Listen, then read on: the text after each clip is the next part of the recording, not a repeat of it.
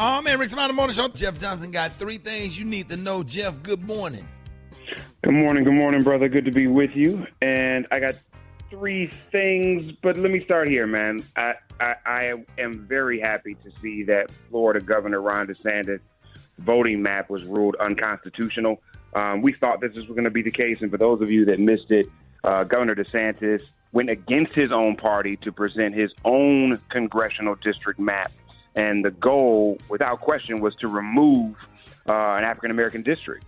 And this is clearly about voter suppression in all the ways that we have already seen voter suppression take place. I think what the most interesting thing was, Rick, that the judge, Lane Smith, who ruled it unconstitutional, was actually appointed by DeSantis and cited that, listen, there is a law in place that says that these maps should be drawn in a way that is representative. Right. And he did this map by himself. So he went against his own party, which has never been done before anywhere. And hopefully this, at least for a minute, protects African-American districts in the state of Florida.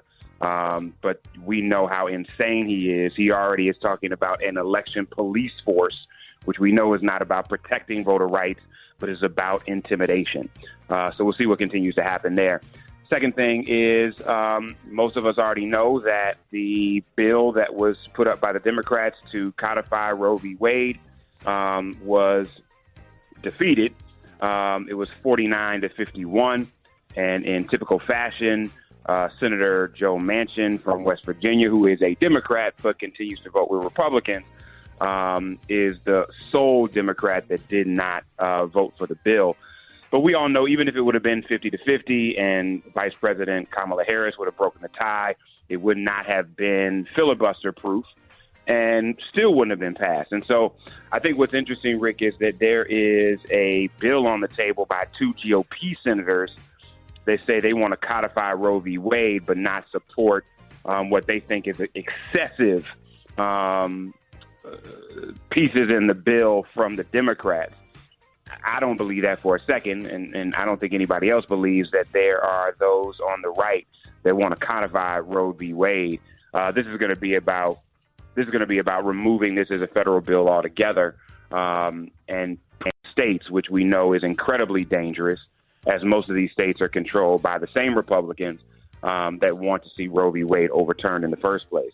And so this is going to be we talked about this on Tuesday. I mean, it's going to be a long, long fight. I don't believe, and I think there's some that think that there is going to be a federal bill by the Republicans to make it totally illegal at the federal level.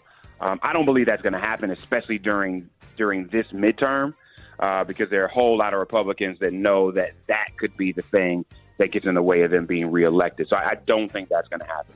But there's going to be a long, long, long fight ahead. And before I get out of here, I really felt like this new Tom Brady contract was interesting. For those of you that haven't heard about it, or in some cases don't care, Tom Brady got $375 million over 10 years to be a sports analyst after he gets done playing.